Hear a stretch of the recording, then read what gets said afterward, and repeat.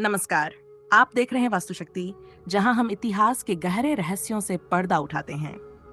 आज की कहानी महाभारत के उस अध्याय की है जो न तो सामान्य श्रोताओं को बताया गया और न ही ग्रंथों में विस्तार से समझाया गया। यह है पांचाल देश की रात्रि सभा, जहां एक रहस्य छिपा था, भविष्य की सबसे बड़ी त्रासदी का। कथा आरंभ ये बात तब की है जब द्रौपदी का स्वयंवर हो चुका था। अर्जुन ने मत्स्य भेद कर द्रौपदी का वरण किया था और पांडवों को पहचान मिल चुकी थी। पांचों पांडवों के साथ द्रौपदी भी हस्तिनापुर पहुंच चुकी थी। लेकिन इस विवाह के कुछ समय बाद एक रहस्यमयी घटना घटती है। राजा द्रुपद, जो स्वयं एक महान यजी से द्रौपदी और धृष्टद्युम्न जैसे संतानों को प्राप्त कर चुके थे, उन्होंने एक रात्रि सभा बुलाई। इस सभा में आमंत्रित थे केवल कुछ विशेष ऋषि, पंडित और ज्योतिषी, और सभा के अंत में हुआ एक भविष्यवाणी यज्ञ। भविष्यवाणी रात्रि के तीसरे प्रहर में, जब यज्ञ अपनी चरम स्थिति पर था, अग्नि से एक वाणी प्रकट हुई।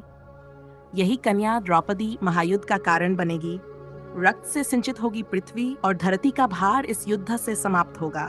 सभा में सन्नाटा छा गया। ये सुनते ही द्रुपद कांप उठे।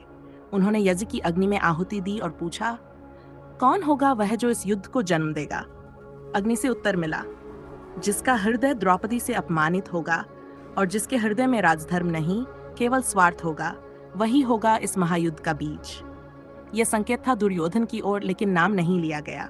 गुप्त निर्णय। इस रहस्य को जानने के बाद द्रुपद ने एक गुप्त सलाहकार मंडल बनाया।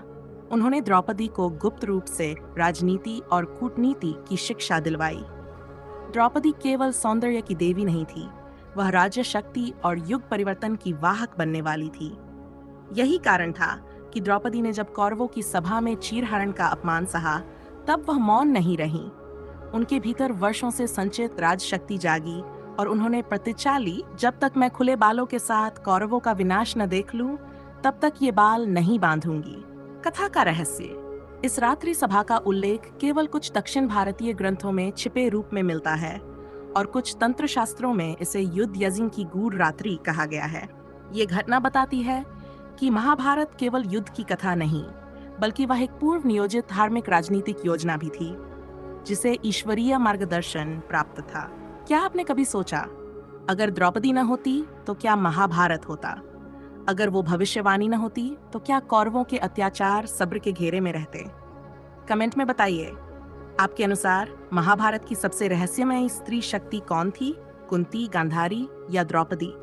और अगर आप ऐसी ही और कहानियां सुनना चाहते हैं तो चैनल को सब्सक्राइब करें, वास्तुशक्ति, बेल आइकन दबाएं और जुड़ें महाभारत के अद्भुत अदृश्य अध्यायों के साथ।